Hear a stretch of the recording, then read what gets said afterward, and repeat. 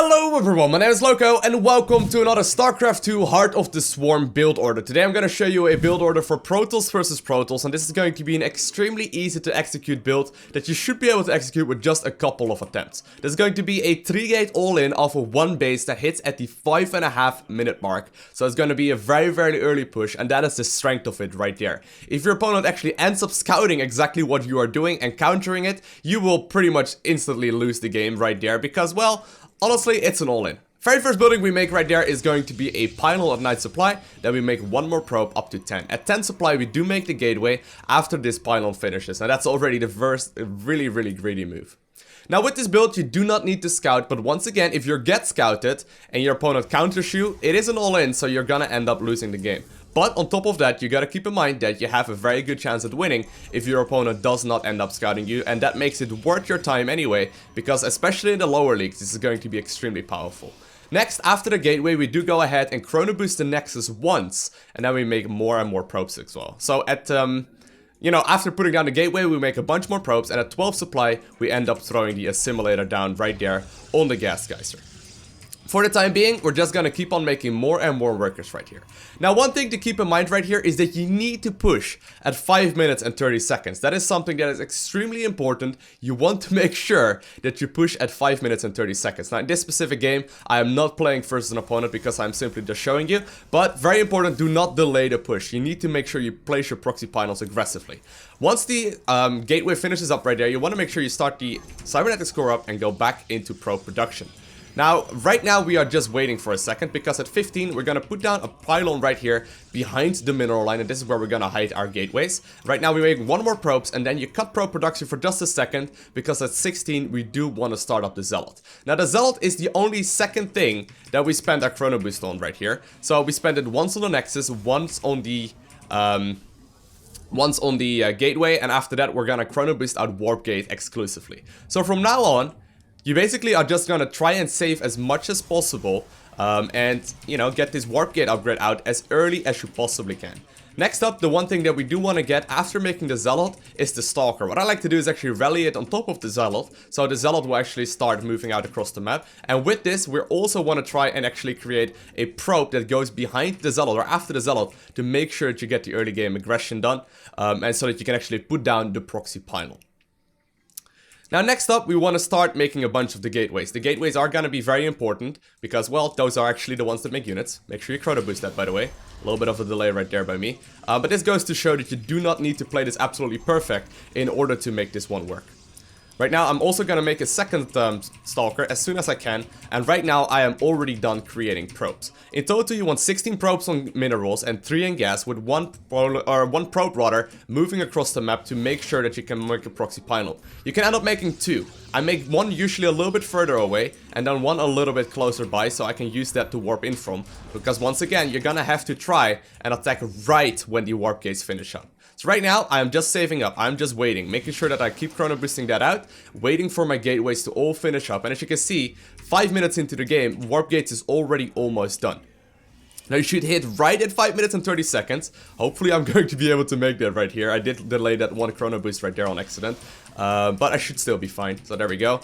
Gonna be making all of my gateways into warp gates right now, and I'm gonna go on the other side of the map right here, wait for my warp gates to keep warping in, and I'm gonna be warping in as many Stalkers as I possibly can, and when I run out of gas to warp in Stalkers, I'm gonna warp in Zealots instead. So you can see 5 minutes and 30 seconds is when I was walking up that ramp right there, or maybe 5 minutes and 35-ish seconds because of that slight mess up on my end. But this is what you should be aiming for, okay? This is what you should be aiming for. Now once again, if you do not end up killing your opponent, you're likely gonna end up losing the game, but there's a very high chance that it does.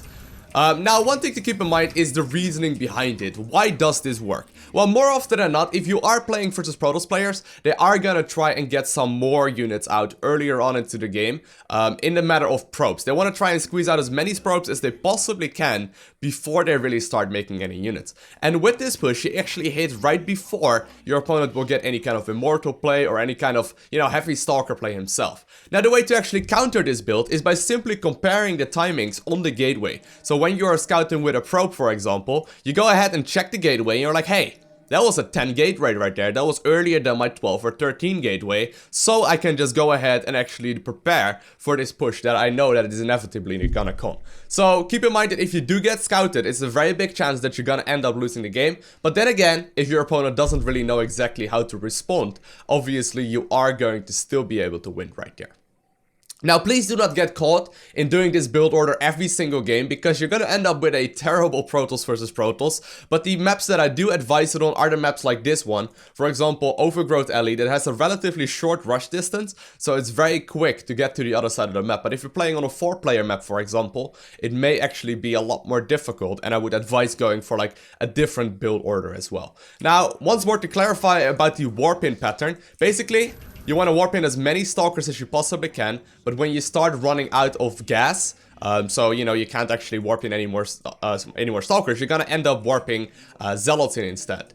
Now, one very important thing to note is that if you are new to StarCraft, you may not be aware, but Zealots actually do more damage than Stalkers do. So if you are fighting Protoss versus Protoss and you are going up this ramp, please don't be hugging, you know, the Zealots of your opponent with your Stalkers, and always make sure that your Zealots are walking in front of the Stalkers, so your Stalkers are basically dealing the damage while your Zealots are tanking the damage, and you always want to make sure that you're basically just at a range for as much as possible with the Stalkers that you do have.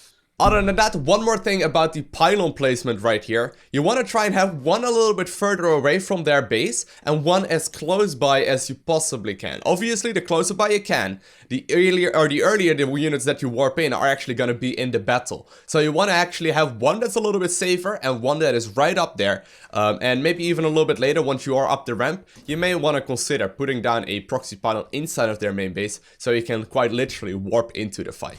So real quick about the Chronoboost, you want to Chronoboost once on the Nexus when the game first starts off after making the first pylon, and once when you are warping in the Zealot. The rest of all of the Chronoboost is gonna go straight toward the Warpgate research, so that you can finish it up at the 5.5 minute mark.